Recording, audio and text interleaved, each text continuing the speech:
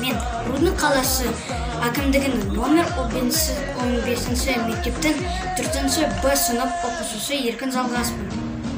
Көгерсін, қолғанат құс сен едің, бар кезіп қат ел өсін, кен дүниенің көлемін.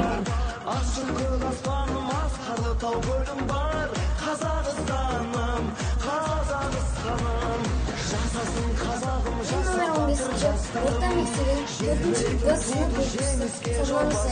Біз жарасқан еліміз, Қазақстан біздің ортақ үйіміз.